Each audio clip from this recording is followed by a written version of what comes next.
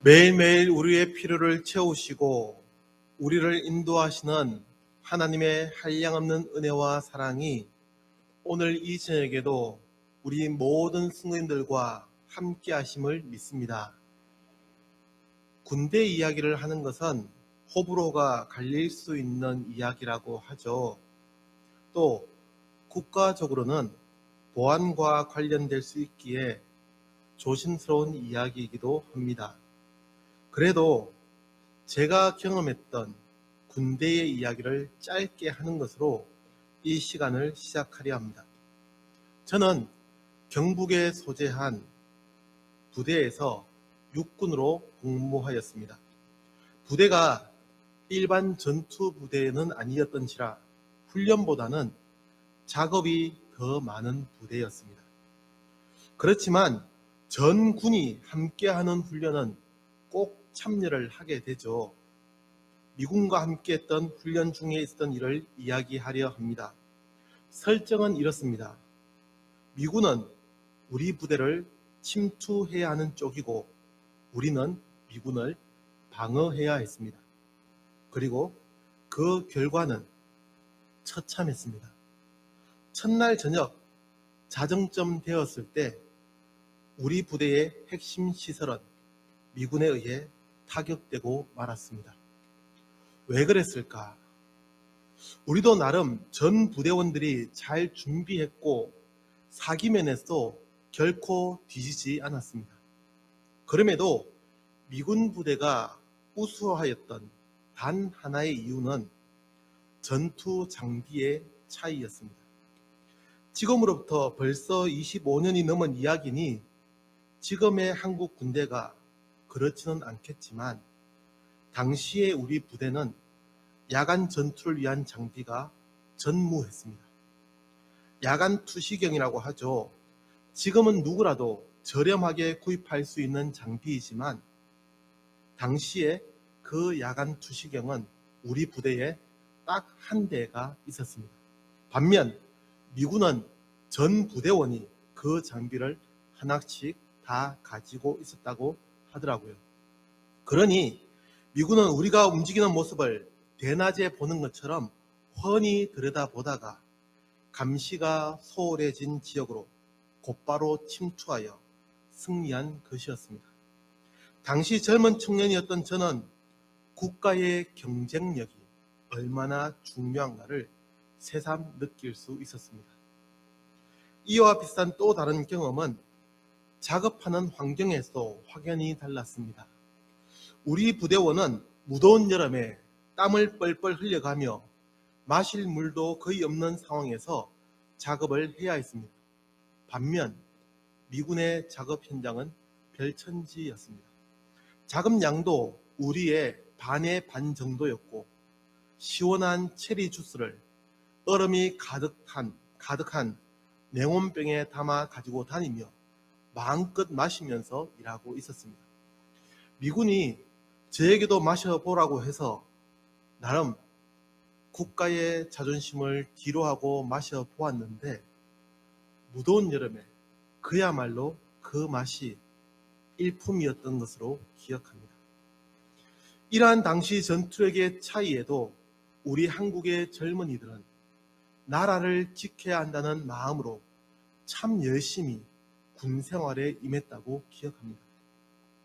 비록 미군의 도움을 받아야 하는, 지금은 어떤지 잘 모르겠지만 당시에는 적국인 북한에 대한 첩보에서나 혹은 가진 무기에서도 미군의 도움이 절실했습니다.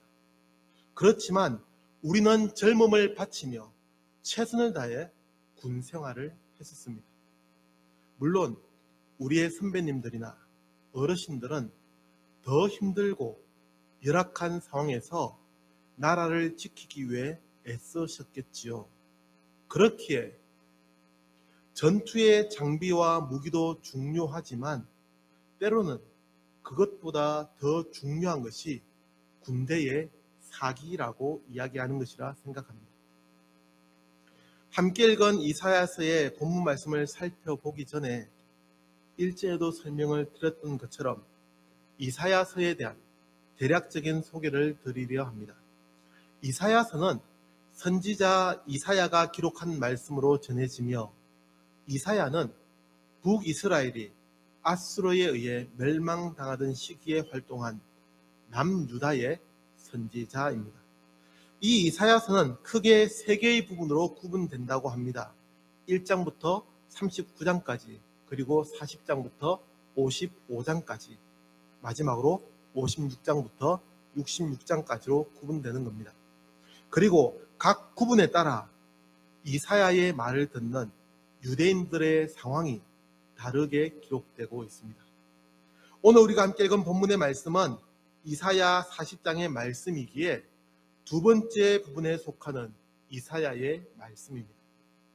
이 부분은 바벨론의 포로로 끌려와 있던 유대인들을 바사의 고레스 왕이 본국으로 귀환시키기 바로 전의 상황이 그 배경이 됩니다.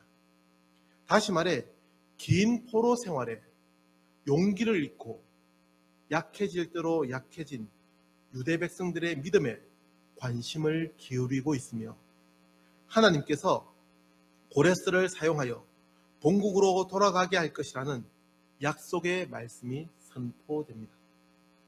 본문의 말씀을 이렇게 정리해서 이해하고 나면 우리는 당시 유대인들이 놓여있던 상황을 좀 더 실질적으로 이해할 수 있게 되고, 그런 상황에서 본문의 말씀이 어떤 의미로 전해졌는지를 알 수가 있습니다. 이 시간 우리는 첫 번째로 당시 유대인들의 현실에 대해서 좀 더 생각해 보려 합니다. 긴 포로의 생활로 지쳐있던 유대인들의 현실을 이야기하려는 겁니다. 북이스라엘의 멸망과 그 이후의 이야기도 함께 다루면 좋겠지만, 그러기에는 너무 장황한 이야기가 될 것 같아 생략합니다. 남유다에 한해서 말씀을 드리면, 그들은 아수르의 공격 앞에 큰 위기를, 즉 나라가 멸망당할 위기를 몇 차례 경험하지만 하나님의 은혜로 겨우 그 위기에서 벗어나는 것처럼 보였습니다. 하지만 그 기간이 그렇게 오래 가지는 않았습니다. 100여 년이 지난 후에는 바벨론이 다시 등장하면서 아수르를 정복하고 중동 지역을 평정하였으며, 그들은 계속해서 영향력을 넓혀갔습니다. 그리고 급기야 남유다는 바벨론에 의해 완전히 멸망당하게 됩니다. 유대인들의 일부 하층민만 본국에 남겨졌고, 세 차례에 걸쳐 포로가 되어 대부분의 사람들은 먼 이국의 땅 바벨론으로 끌려가서 생활해야 했습니다. 이런 상황에서 유대인들이 무엇이라고 호소합니까? 27절의 말씀입니다. 같이 읽겠습니다. 시작. 야곱아, 어찌하여 내가 말하며 이스라엘아, 네가 이르기를 내 길은 여호와께 숨겨졌으며 내 송사는 내 하나님에게서 벗어난다 하느냐. 아멘. 나라를 잃은 유대인들의 가장 큰 아픔과 하나님에 대한 불만은 하나님이 함께 하시지 않는다는 생각이었습니다. 그렇지 않겠습니까? 유대인들이 그냥 유대인입니까? 하나님이 선택하신 약속의 민족이며 하나님이 불러 가나안 땅으로 인도하신 민족입니다. 아브라함 때부터 주어진 그 약속이 있는 민족이었으며, 저 거대한 애굽의 포로에서도 출애굽하게 하신, 그리고 약속의 땅에서 한 민족을 이루며 살아가게 하신, 하나님의 백성으로 살게 하신 민족이었습니다. 그들은 하나님을 예배하는 민족이었으며 하나님이 지켜주신다고 고백하는 민족이었습니다. 그렇죠. 유대인들의 잘못이 없었던 것은 아니었습니다. 그들은 하나님을 떠나려 했고, 때로는 우상을 섬기고, 때로는 하나님께 예배드리는 것을 소홀히 했으며, 선지자를 보내 회개하라는 하나님의 말씀을 듣지 않았습니다. 그러나 그렇다고 해서 하나님이 자신들을 2만 민족에게 멸망당하게 하신 것은 더 이해가 되지 않았습니다. 그뿐입니까? 포로가 되어 생활하던 유대인들의 상황은 그야말로 최악 중에 최악의 생활이었습니다. 내 길은 여호와께 숨겨졌으며 내 송사는 내 하나님에게서 벗어난다. 이를 표준 세번역 성경은 이렇게 번역합니다. 주께서는 나의 사정을 모르시고 하나님께서는 나의 정당한 권리를 지켜주시지 않는다. 하나님이 함께 하시지 않는 것 같다는 불만입니다. 벌을 주셨으면 그것으로 끝나야 하는데, 나라를 잃고 바벨론의 포로가 되게 하셨으면 충분히 그 벌을 받았다고 생각하는데, 계속해서 유대인들이 경험하는 현실은 하나님의 부재, 즉 하나님이 함께 하시지 않는 것 같다는 생각이 들었습니다. 유대인들의 바벨론 포로 생활에 대해 좀 더 구체적으로 언급하지 않아도 그 생활이 어떠했을지는 충분히 짐작하실 수 있지 않습니까? 당시 유대인들의 현실은 참으로 처참했습니다. 사랑하는 성도 여러분, 매일 반복되는 생활 속에서 아프고 힘드시죠? 하나님께 기도를 드려도 그 응답은 느린 것 같고, 때로는 하나님이 나의 기도를 들으신 것인지 의심이 들기도 하시죠. 그래서 이 27절의 말씀이 우리의 현실을 보여주는 것처럼 생각되기도 합니다. 하나님이 우리와 함께 하신다면 왜 이런 고통을 당해야 하는지 원망이 나오기도 합니다. 그런 우리에게 이사야 선지자는 이렇게 전하고 있습니다. 28절의 말씀을 제가 읽어보겠습니다. 너는 알지 못하였느냐? 듣지 못하였느냐? 영원하신 하나님 여호와 땅끝까지 창조하신 이는 피곤하지 않으시며 곤비하지 않으시며 명철이 한이 없으시며. 아멘. 본문에서 두 번째로 우리가 기억해야 할 내용은 하나님에 대한 고백입니다. 이사야 선지자는 긴 포로의 생활로 지쳐있던 유대인들에게 이야기합니다. 우리가 믿는 하나님이 어떤 분인지에 대한 믿음의 고백입니다. 지금은 그 하나님이 함께 하시지 않는 것처럼 느껴질 수 있고, 때로는 삶의 무게가 무겁게만 느껴지지만, 하나님은 영원하신 하나님, 이 세상을 창조하신 분, 그리고 명철이 한이 없으신 분이라는 고백입니다. 고통에 빠져 허우적거리는 유대인들을 향해 하나님은 이사야 선지자를 보내 전능하신 하나님에 대해서 선포하게 하셨습니다. 무슨 말씀입니까? 당시의 사람들은 각 민족마다 고유한 신이 있었고, 나라의 힘이 부강해지거나 전쟁에서 승리하는 것은 그 민족의 신이 더 강하기 때문이라고 생각했습니다. 바벨론의 신이 더 강하기에 유대인들은 포로가 되었고 고통스러운 삶을 살아야 한다는 이해였습니다. 아니요. 하나님만이 이 세상을 창조하신 영원한 분이라는 고백입니다. 그러니 하나님의 능력이 부족하다고 결코 실망하지 말라는 겁니다. 그리고 이어지는 29절의 말씀은 그 하나님이 능력을 주시며 힘을 더하시나니 라고 선포합니다. 하나님은 고통스러워하는 유대인들을 외면하는 분이 아니라 그들에게, 바로 울부짖고 있는 그들에게 능력과 힘을 더하여 주시는 분이라고 이야기합니다. 애굽의 압제에서 울부짖던 이스라엘 민족에게 응답하신 하나님, 수많은 적들 앞에 두려움에 빠져 어찌할 바를 모르던 그 방황하던 이스라엘 민족들을 불기둥과 구름 기둥으로 인도하시고 하나님의 크신 능력으로 승리하게 하신 하나님, 그 하나님에 대한 기억을 다시 떠올리게 하는 말씀입니다. 사랑하는 성도 여러분, 어떤 문제가 우리를 향해 달려들면 우리는 다른 것을 보지 못하고 그 문제 앞에 주저앉게 됩니다.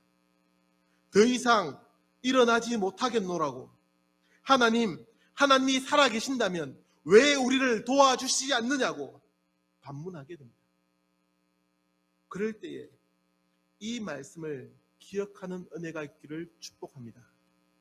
피곤한 자에게는 능력을 주시며 무능한 자에게는 힘을 더하시나니, 하나님에 대한 이 믿음의 고백으로 하루하루를 승리할 수 있기를 축복합니다. 우리는 삶의 문제로 지쳐 피곤하고 우리는 급변하는 세상 속에 내던져진 참으로 보잘것없는 존재이지만 우리의 힘으로는 코로나 바이러스 하나 이겨내지 못해 2년이 넘도록 전 세계가 힘겨워하지만 하나님이 우리에게 힘을 주시는 분위기에 믿음으로 우리에게 맡겨진 십자가를 지고 앞으로 나아가야 합니다. 한 걸음씩 또 한 걸음씩.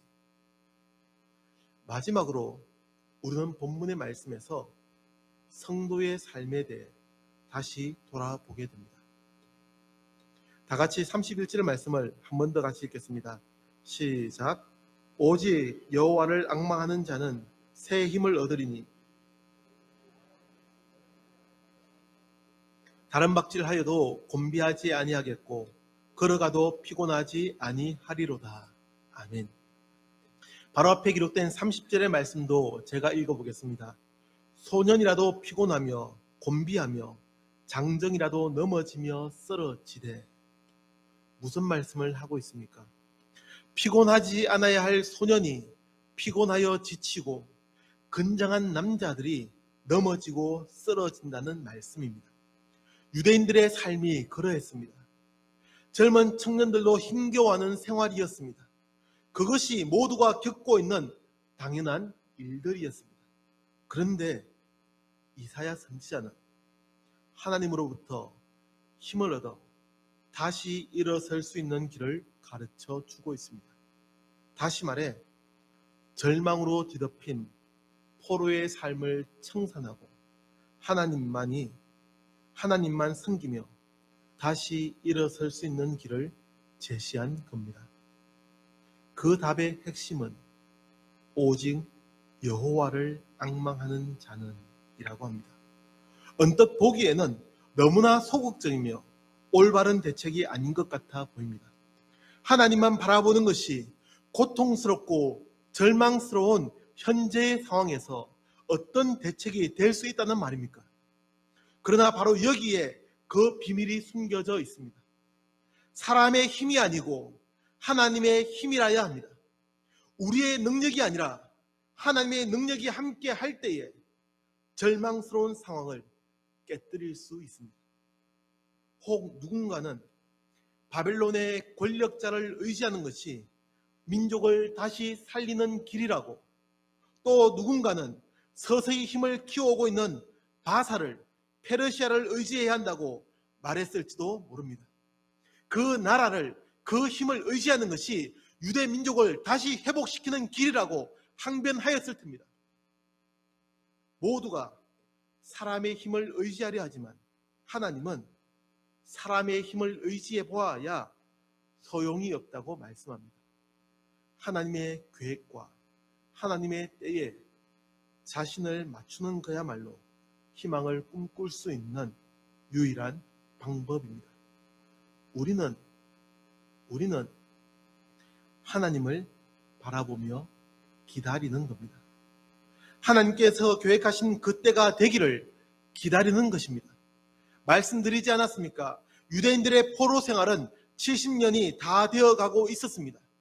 그 긴 시간을 고통 속에서 부르짖었고 힘겨워했습니다. 나약해질 만큼 나약해져 있었습니다.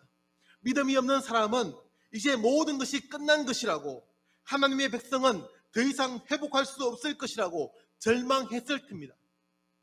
아니요. 하나님을 의지하며 바라보는 자는, 오직 여호와를 앙망하는 자는 새 힘을 얻으리니. 기다린다는 것은 아무것도 하지 않는다는 말과는 다른 것입니다. 그것처럼 느껴지기도 하죠. 아닙니다. 누군가를 기다린다는 것은, 어떤 사람을 기다린다는 것은 이제 곧 나타날 그 사람을 생각하며 그 사람이 올 것을 준비한다는 의미이지 않습니까? 그렇지요. 기다린다는 것은 그런 의미입니다. 하나님의 때를 기다리며 하나님을 바라본다는 것은 나의 생각과 내가 원하는 때가 아니라 하나님의 계획과 하나님의 때를 의지하는 그 태도를 갖추는 것입니다. 하나님을 기다린다는 자세가 바로 신앙생활이며 믿음의 고백인 것입니다. 하나님의 때에 자신의 시선을 맞추는 사람은, 하나님의 때를 믿음으로 기다리는 사람은 독수리가 창공을 향해 거침없이 솟아오르는 것과 같을 것이며, 이는 온갖 어려움과 굴레 속에서 몸부림치며 힘겨워하는 사람들에게 줄 수 있는 최상의 선물이 됩니다. 때로 어떤 사람은 날아가지만 어떤 사람은 뛰어가고 또 어떤 사람은 걸어가기도 합니다. 이는 속도의 차이를 말하는 것이 아니라 삶의 모습을 의미합니다. 하나님이 함께하는 사람은 그 누구도 피곤하지 않고 힘차게 전진할 수 있다는 희망의 말씀입니다. 나라가 멸망당하고 바벨론의 포로로 와 있었던 유대인들의 절망감은 가히 상상을 초월하였습니다. 이러한 상황에서 이사야 선지자는 창조주 하나님의 모습을 보여주면서 하나님께서 모든 것을 새롭게 창조하실 수 있는 분이라는 그 사실을 강조합니다. 이것이 이사야 선지자가 선포한 희망의 토대였고 희망의 핵심이었습니다. 2022년 우리 성도님들의 삶은 어떻습니까? 긴 터널을 지나듯 힘겨운 생활을 하고 계십니까? 건강이 좋지 않아서 혹은 직장의 문제로, 가족의 갈등으로 아파하고 힘든 나날을 보내고 계십니까?